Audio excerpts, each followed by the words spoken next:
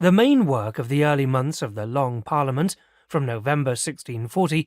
had been the demolition of Charles I's prerogative powers and ability to raise money without resort to a parliament, plus the prosecution of his most dangerous ministers, Thomas Wentworth, Earl of Strafford, Lord Lieutenant of Ireland, and Archbishop William Laud. These measures were generally non-controversial among the majority of opposition MPs, determined to enforce reform on the king, led by John Pym, plus the opposition peers, led by the Earl of Warwick and his allies the Earls of Essex, future Parliamentarian army commander, and Bedford. Notably, the elections to the Parliament, the second one in a year, so the regime was not rusty regarding getting the local office holders, Lord and Deputy Lords Lieutenants to organise candidates where possible, had seen very few backers of the King's recent policies elected, and some who were evicted from the Commons on appeal by the latter's Elections Committee. The initiative thus passed to the opposition as the Commons set to work, and one overlooked what-if question is the potential for Charles making more of an effort to rally support, possible if a determined organiser, for example Strafford, absent in Ireland, had been called upon. As opponents of the Arminian forms of ceremonial and doctrine, seen as popish, semi-Catholic by mainstream Calvinist Protestants, and rigid centralist discipline enforced on the Anglican Church by Laud's faction,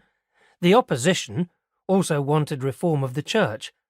But the form that should take was less easy to agree. Indicting Laud and returning the Church to purer Elizabethan practices, free of a supposedly Catholic taint, was accompanied in the minds of hardline Calvinist zealots by a need for root and branch reform that might even involve abolishing the bishops and replacing them with control by the grassroots boards of local presbyters that existed in some Calvinist communities. Some of the MPs elected in autumn 1640, who had resented Laud's Arminian church ceremonial and centralised interference in local church appointments, or the king's dubiously legal ways of raising non-parliamentary finance, or to break from the radicals during 1641 over the attacks on the bishops. But the radicals were also resorting to an unusual degree of populist pressure via large spontaneous demonstrations of Londoners for root and branch,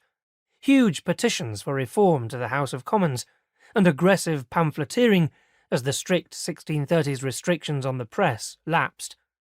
Rowdy and menacing scenes occurred during Strafford's trial, as Londoners, fearing his anti-parliamentary potential, converged on Parliament, demanding that he be executed, and the politics of the street began to emerge as a political force, as seen also in France in 1789,